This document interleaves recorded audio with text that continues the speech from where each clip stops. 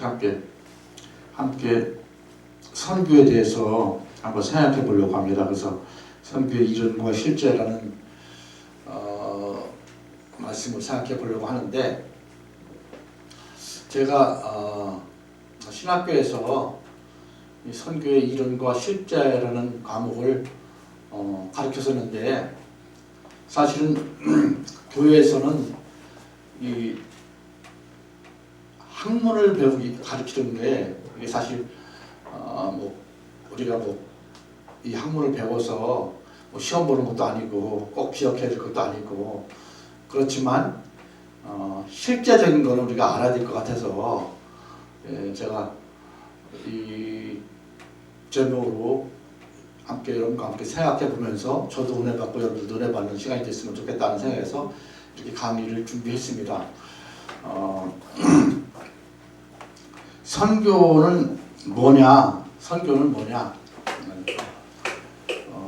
우리가 오늘 요한복음 3장 16절에서도 우리가 합독한 것처럼 하나님이 저와 여러분들 이 땅에 있는 우리들을 사랑해 주셔서 독생자 예수 그리스도를 이 땅에 보내주시고 어느 누구 한 명도 제외되지 아니하고 구원받기를 원하시는 것이 바로 하나님의 뜻이고, 그러기 위해서 독생자 예수 그리스도가 이 땅에 오신 겁니다. 그래서 예수님의 사역의 제일 중요한 것은 주님을 모르고 살아가는 사람들에게 복음을 전해서 구원받게 하려는 것이 최고의 목적이에요. 다른 목적이 아니에요. 구제, 봉사. 저는 필리핀에서 이제 선교사하면서 많은 사람들 오거든요. 많은 사람들 오는데 의료 선교사들도 오고, 제가 경험했던 건데, 제가 이제 경험했던 것들을 많이 나누려고 그래요.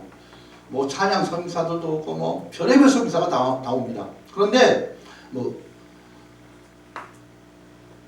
사역을 많이 했는데 의료 봉사들도 오래요. 의사들 와서 봉사도 하고 치과 와서 이빨도 빼주고. 그런데 그거 아무리 해도 예수님을 전하지 않으면 헛수고인 거예요. 제일 중요한 것이 이빨을 빼주고 고쳐주고 하는데 예수를 알더라고 끝나면 그거는 아무 의미가 없는 거예요. 다른 걸 못하더라도 복음을 전해야 되는 것이 주님께서 이 땅에 주신 목적이라는 거 제가 늘 강조하죠. 그래서 기본으로 가야 된다. 예수님께서 이 땅에 온 것을 기본을 잃어버리면 안 된다. 그래서 어떤 사역이든 간에 그 포커스는, 중요한 목표는 예수 그리스도를 전하는 것에 맞춰져야 되는 거예요. 그래서 제가 왜 선교에 대해서 얘기하느냐, 선교에 대해서 얘기하는 것은, 선교는 예수님의 사역에 내가 동참하는 거예요. 우리는 하지만 아무것도 아니지만 예수님께서 이 땅에 오신 목적이 바로 복음 전하는 것이기 때문에 나도 미약하지만 내가 은혜 받고 내가 구원받은 것, 이거는 기본적인 거예요. 그런데 거기서 끝나면 절대 안 된다는 거예요. 내가 예수님의 사역에 조금만큼이라도 동참하자. 이것이 바로 복음 전하는 겁니다. 영어로 이 선교를 미션이라고 합니다. 미션, 사명이라고도 그러고. 그런데 이거는 라틴어에서 온 거예요. 그래서 미토, M-I-T-T-O, 미토라는 건데, 이거는 파송받았다, 보내줬다, 이런 걸 갖다가 미토의 라틴어에서 온이 된 건데, 그래서 역시 미션이 된 거예요. 선교사는 미셔너리라고 그러죠. 미셔너리, 선교사. 이런 건 우리가 기본적인 것 때문에 알아야 됩니다. 선교와 갖다가 미시올로지라고 그래요. 미시올로지라고 하는데, 그러면 이 선교는 이게 좁은 의미가 있고 넓은 의미가 있어요.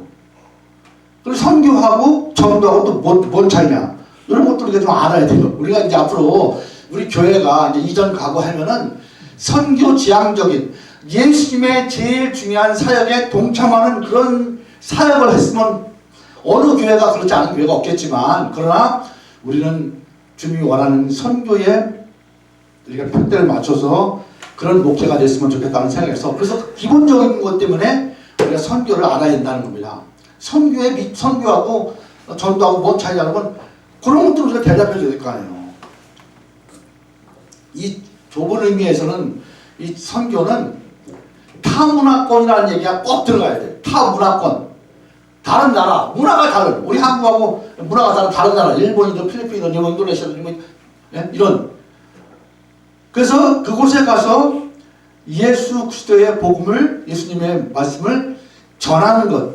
이제 그들도 이제 지금 이 땅에 있는 뭐 200몇 개가 되는 나라에 종교가 없는 나라는 한 나라도 없어요. 어느 민족이나 어느 부족이나 종교는 있어요. 종교 없는 나라 부족은 없습니다.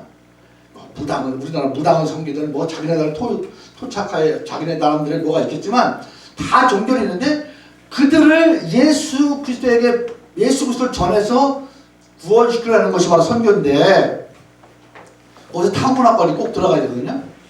근데 이게 그러니까 협의적인 의미가 아니라 넓은 의미에서는 선교는 요즘에 그러잖아요. 나는 선교사를 했다가 한국에 오니까 모두가 다 선교사라네. 찬양한다고 하면서 찬양 선교사, 뭐 한다고 무슨 선교사. 뭐 다 의지부터지 다 선교사네. 그래서 내가 승진하는 거라도 그럼 선교사는 그러면 선교사 아닌 사람이 어디 있어? 그렇잖아요.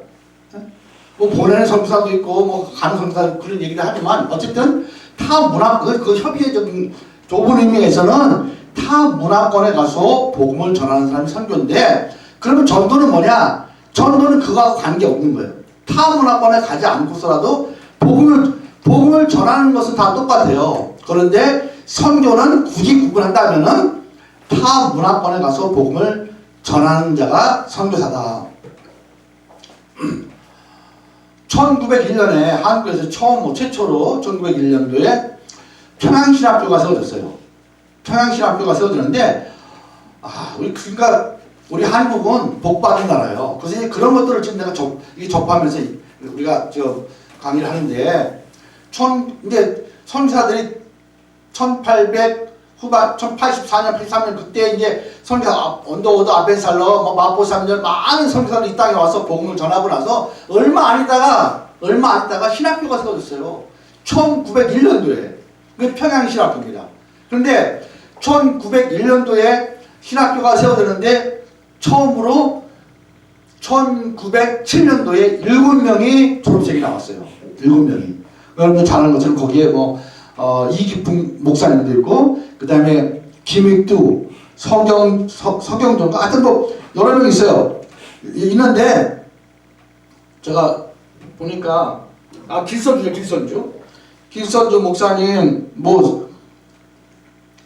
이기풍, 양전배 방기창, 서경조. 이 서경조는 서상현 우리 한국의 한국 그 성경을 제일 먼저 번역한 그 사람의 동생입니다. 이제 한석전 이런 송인서 이런 7명이 졸업생이 처음 발표됐거든요.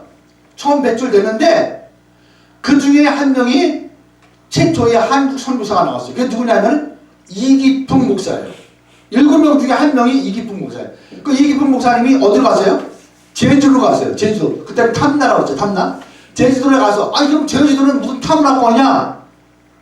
이렇게 얘기했었잖아요. 아까 선교는 뭐라고 했어요? 타 문화권에 가서 복음을 전하는 사람인데 근데 오늘날은 지금 비행기도 하루에도 수십 대 가고 배도 많이 가기 때문에 그렇지만 100년 전 150년 전에는 거기는 딴 나라나 마찬가지야. 그래서 탐나 구경하고 했고 거기는 문화 다르고 말도 다르고 요즘에도 제주도 말 못 알아듣는 게 많잖아요. 그러나 그 당시만 해도 제주도에 가면은 제가 제주도에 가서 이기풍 목사 그 기념관이 있어요.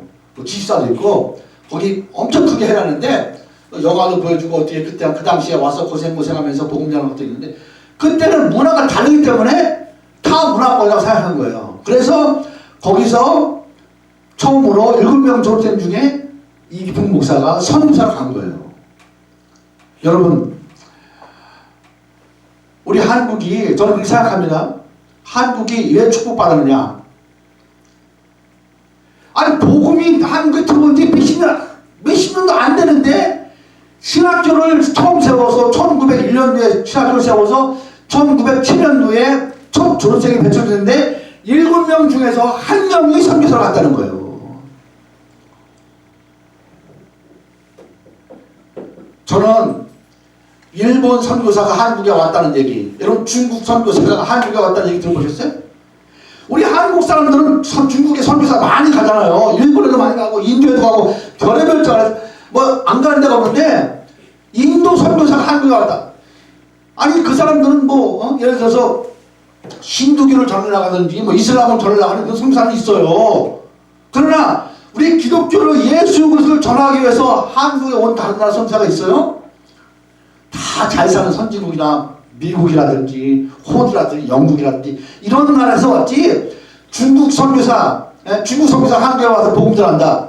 일본 선교사가 왔다. 인도 선교사, 인도 윌리엄 케 같은 그 선교사가 몇백 년 전에 인도의 선교의 아버지라는 그곳에 인도에 복음 전했잖아요.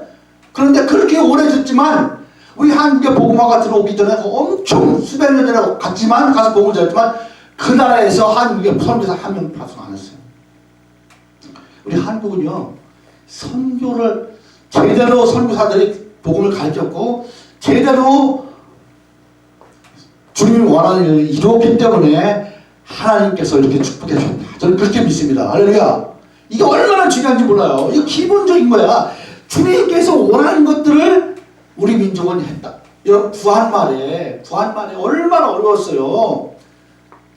그런데 많은 독립운동가라든지 많은 사람들이 예수 믿고서 예수를 전하고 주님이 원하는 일들을 이루려고 애썼던 거예요. 그 중에 한 사람이 이승만 대통령입니다.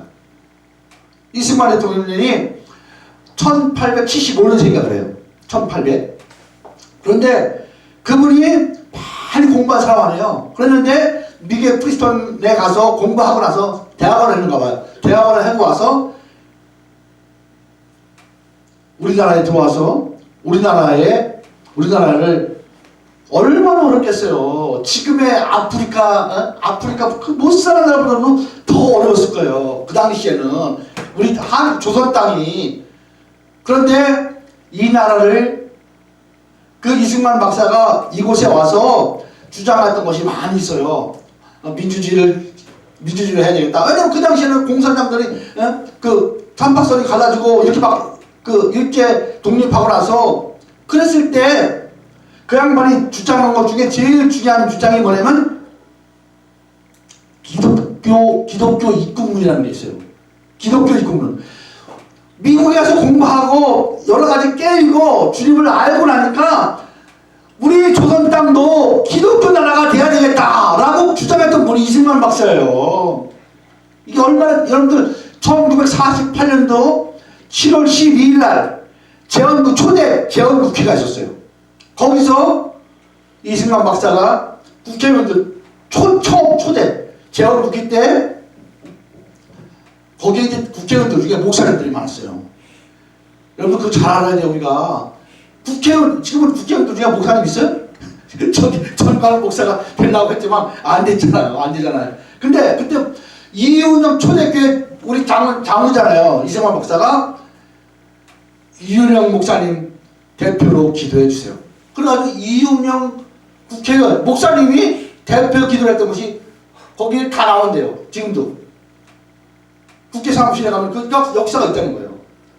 그렇게 해가지고 우리나라를 기독교를 만들려고 그렇게 했었는데 이승만 대통령은 그런 마음을 가지고 했지만 그 밑에 사람들이 잘못된 거예요. 밑에 사람들이. 그래서 여러분 이번에도 대통령 선거가 이제 얼마 안 남지만 대통령 혼자 잘해가지고 이런 게 아니에요. 그 밑에 사람들이 잘 보조하고 잘하면은 정말 우리나라도 대통령 예수 믿는 사람이 아니더라도 그런 나라가 예수 믿는 나라가 될 수 있겠지 않겠나 하는 그런 생각을 해봅니다. 1907년도에 어떤 일이 났는지 압니까? 우리 평양 대부흥이 있었어요. 평양 대부흥.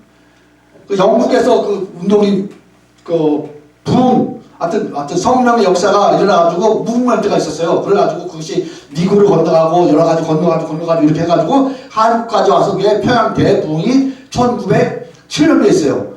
여러분들 감리교 창시자 요한 웨슬레도 그 영국에서 그 성령의 그 무브먼트를 통해서 깨닫게 되고 감리교 창시자가 된 거예요. 그런 무브먼트가 여기 있었는데 우리 한국에도 1907년도에 일어났었어요. 그 당시에 여러분들 여기 보니까 7명의 졸업생들이요 평균 나이가 몇 살이잖아요. 이기필 목사님이 기선부 40살 예? 방기창 목사님이라든지 58살 서경조도 58 사실 거의 50대의 사람들이 신학을 공부해가지고 신학교를 졸업하게 된 거예요.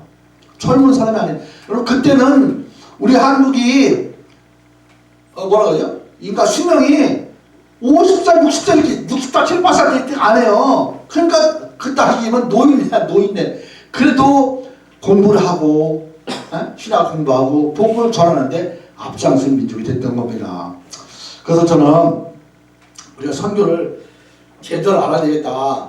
그래서 이걸 강의를 하는데 저는 미국이 우리 목사님도 미국에서 들어오셨지만 미국이 복받은 나라가 된 나라가 왜 그러냐.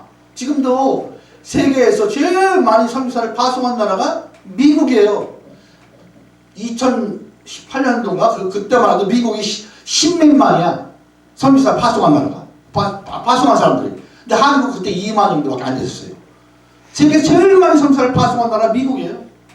여러분들 지난주인가 우리 전 목사님이 설교하면서 영국에서 메이플라워를 타고 건너와서 많은 사람들이 건너오다가 추위에 죽고 많은 사람 죽어가지고 메사추세츠에 도착해서 그분들이 추수감사절 얘기했잖아요. 청교도 퓨리탄들 청교도들이 와가지고 농사져가지고 힘들게 하면서 첫 농사를 드리면서 하나님께 감사드리고 그것이 추수감사절 땡스기빙이라고 추수감사절 노래가 바로 그거예요.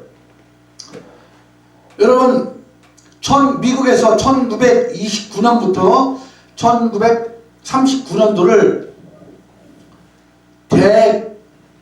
세계 대공황이라고 해요. 공황이라고 합니다. 디프레서네 대공황이. 저 그레이트 디프레션. 그러니까 세계 공황. 지금하고 우리가 비슷해요. 우리보다 훨씬. 그 당시에 미국에서 그렇게 힘든 시기가 있었어요. 1929년부터 저 월스트리트 그 주가가 다 떨어지고 너무너무 힘들게 살던 그런 미국이었어요. 그래서 실업자가 많이 생기고 가게가 다 문을 닫고 정말 일자리가 있고 그래서 세계 공황이 온 거예요. 그때 세계 대공황이 1929년부터 39년도가 대공황 시기입니다. 루즈벨트 대통령이 대통령이었어요. 미국 대통령 중에서 4선 한 사람이 한 명밖에 없어요. 4선 1, 2, 3선 4선 루즈벨트 대통령인데 그 당시에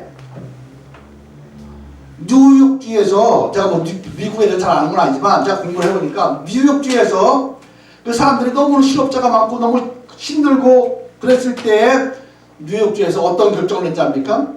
1930년대에 우리가 힘들고 어렵고 그렇게 가난하고 실업자가 많고 정말 월급도 못 받고 문을 닫는 이런 상황에서 하나님께서 우리를 함께 해주셨기 때문에 그래도 우리가 힘을 얻고서 세계에서 제일 높은 건물을 지어보자. 그래서 지은 건물이 뭔가?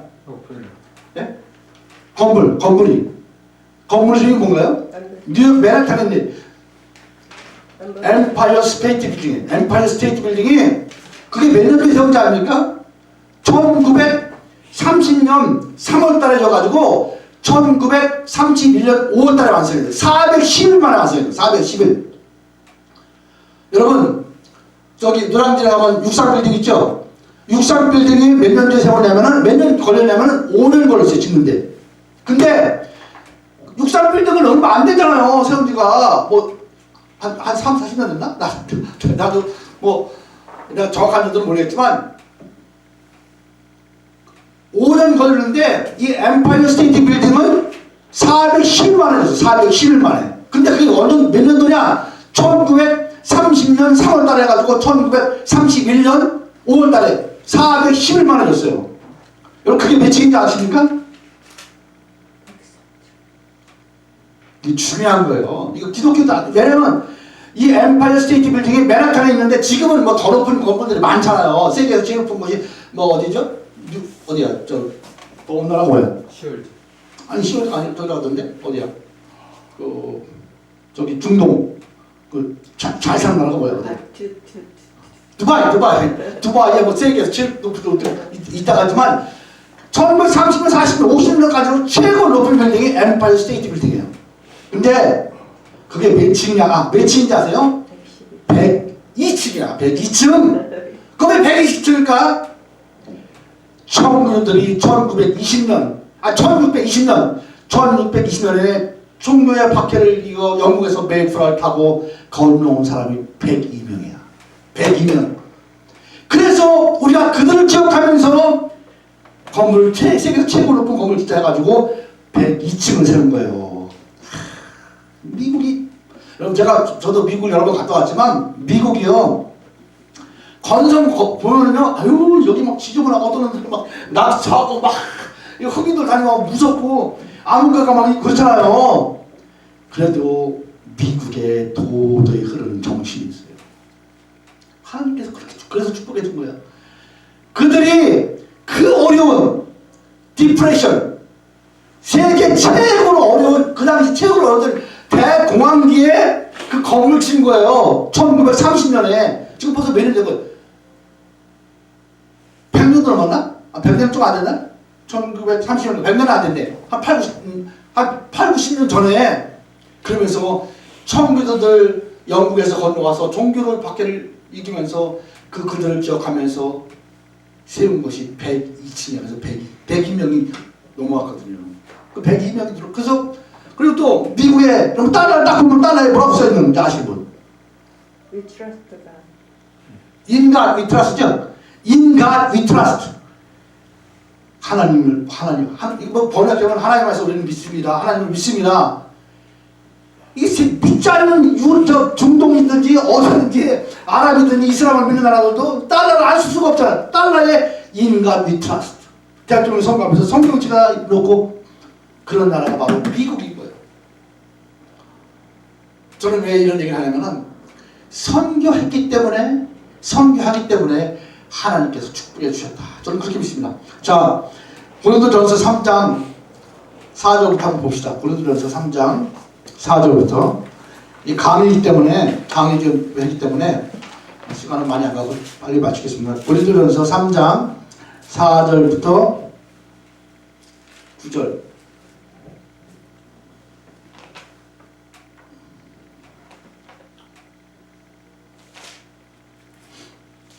한번 3절부터 한번 같이 읽을까요? 시작. 어떤 이는 말하되 고린도전서 3장 4절부터 9절입니다. 시작. 어떤 이는 말하되 나는 아볼로게라 하고 다른 이는 나는 누구라고 하니 너희가 아니요.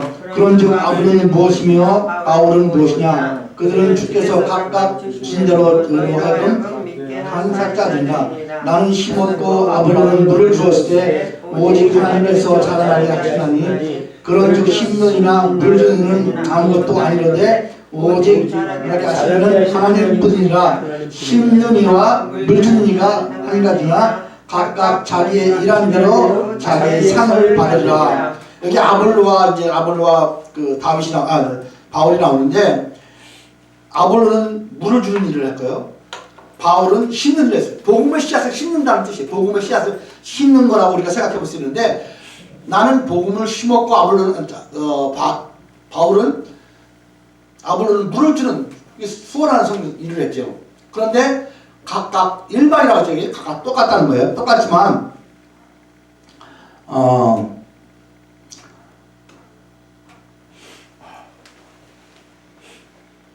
하나님께서 잘하게 하신다는 거예요. 그 6절에 보면 그런데 심는 이와 물 주는 이는 아무것도 아닌데 오직 하나님께서 잘하게 하시죠. 그 다음에 9절에 심는 이와 물 주는 이는 한 가지다 같다는 거죠. 하지만 각각 자기의 일한 대로 자기의 상을 받으리라. 이 상을 받는다는 얘기 뭐냐면 복을 주겠다는 거예요. 하나님께서 일하는 사람, 사역하는 사람, 복음의 씨앗을 뿌리든지 복음을 전하든지 이런 일을 하는 사람한테 반드시 하나님께서 각각 자기의 일한 대로 축복해 주신다는 것이 바로 이 사도 바울이 고백하는 거예요. 그래서 저는 어쨌든 우리가 주님께서 원하는 일들을 이루어드리기 위해서 이 선교를 해야 되겠다. 반드시 선교를 해야 되고 우리가 타문화권에 가서 복음을 전하지 못한다 할지라도 이게 광의적인 의미에서는 넓은 의미에서는 보내는 선교사도 선교사예요. 보내는 선교사, 기도하는 선교사, 전파 선교사. 우리가 지금 뭐 방송 선교사지만 이 방송을 통해서도 이렇게 복음을 전할 수가 있거든요. 여러 가지 우리가 선교를 할 수 있는데 우리가 이런 일을 할 때 반드시 우리 하는 일 따라 우리가 각각 어떤 일을 하든지 각각 자기의 일하는 대로 상을 주겠다 하는 것이 바로 우리가 배울 수 있는 이런 말씀입니다. 그래서 이 선교는 이 복음 전파는 예수님의 이 사역에 미약하지만 우리가 동참하는 것이다. 그래서 우리가 복음을 전해야 된다. 사실은 그래서 뭐 전도는 이반자라이즘이라고 합니다. 이반자리스트. 그래서 전도사를 갖다 이반자리스트라고 하는데 사실은 우리는 전도자 그러면 이게 목사 밑에 있는 사람이 아닌가 이렇게 생각하는데 사실은 이게 직분은 이게 구분하는 거지 높고 낮음이 없는 거예요. 아니 장로가 높고 집사 어떤 사람들 이게 세상 사람들 목사가 최고냐 그러고 물어. 목사가 최고냐 그 다음에 뭐냐 장로냐 집사냐 그래가지고 아니 농사꾼이 최고입니까 장사를 최고입니까 뭐 청소가 최고입니까 이거랑 마찬가지야. 농사를 짓든 물건을 팔든 뭐 공무원이든 뭐든지 이건 높고 낮음이 차이가 아니에요. 그 영어로 내가 잘 못하지만 영어로 파스토라고 그러고 뭐 이반젤리스트라고 합니다. 그러면 그거는 목사들도 전도자가 되고 목사들도 뭐 똑같은 거지. 그래서 전도사 파스토라고 했을 때 영어로 파스토라고 할 때는 전도사든 목사든 똑같은 거예요. 근데 한국은 이게 특별하게 아주 그래서 어떤 데서는 뭐 안수받은 사람 갖다가 레베렌이라고 하죠. 레베렌이라고 하고 하는데 사실 이건 직분이지 이게 높고 낮은 계급이 아닙니다. 그래서 우리는 모두가 다 전도자가 돼야 돼요. 전도자가 돼야 되고 선교사가 돼야 된다. 이 넓은 의미에서는 선교에 동참하고 이것이 바로 주님께서 주신 우리들에게 맡긴 사역이기 때문에 그렇다. 주님의 사역에 동참해야 되겠다. 그래서 우리 교회가 정말 지향하는 것은 선교의 복음 전파에 표대를 맞출 수 있는 그런 사역을 우리가 지향해 나갔으면 좋겠다는 생각을 하게 됩니다. 그래서 우리 한국도 이렇게 우리 한국의 초대 교회에서부터 선교사를 파송했고 제유대 이풍을 목사를 파송한 것처럼 그리고 신학교를 세워서 주의 종을 만든 것처럼 우리 한국도 아까 했지만 초대 재헌국회 때 기도로 시작했고 우리 이승만 대통령께서 장로면서 기독교 입국론을 하려고 했던 건데 그런데 뒤에서 따라오지 않고 그것이 흐리멍텅하니까 그래서 우리가 한일합방이 1910년도에 있었잖아요.